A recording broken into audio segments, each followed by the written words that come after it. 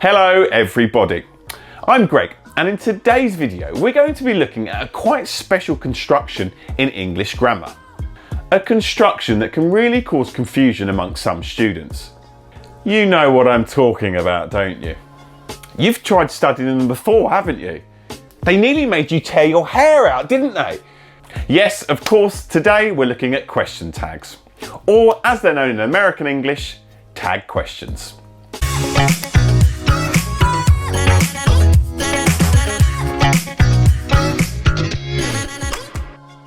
So yes, today's topic is question tags. But however, before we start the video, you have subscribed to the channel, haven't you? Just in case you haven't, please don't forget to click subscribe, because that way you'll never miss out on any of our great videos. Okay, so now that you've done that, let's see what question tags are all about. So, a question tag is a mini question that follows a statement that we use in English to check or confirm something, like when we're not sure if we've got something right or if we don't trust someone. You've got the passports, haven't you?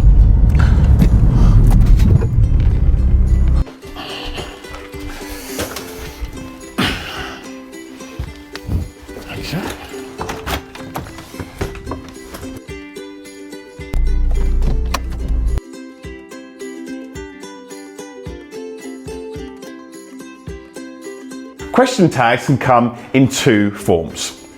A negative tag is used to follow a positive statement, whereas a positive tag is used the other way round, to follow a negative statement. So you packed the passports, didn't you? You really don't trust me, do you?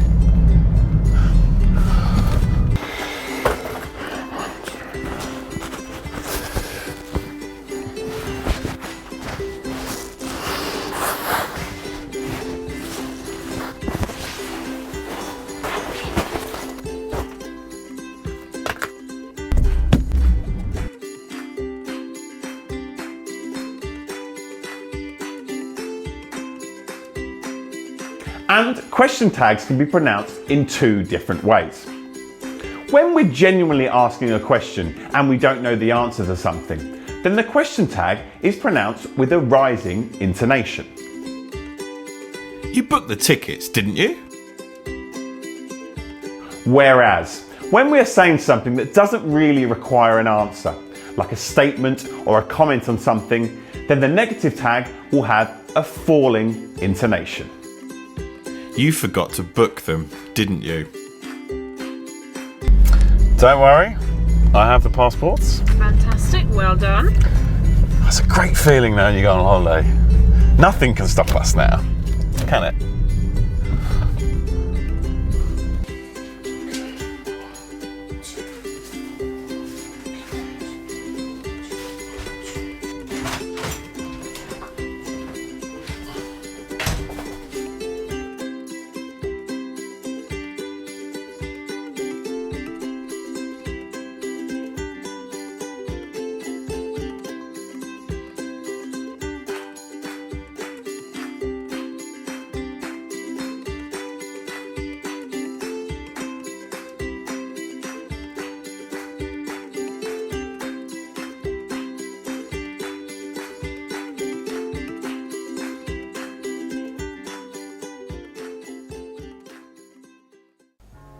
So there you go, question tags, a really useful bit of English grammar for you.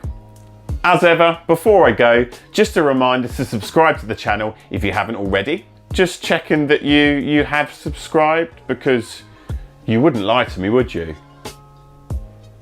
Okay, that's a wrap.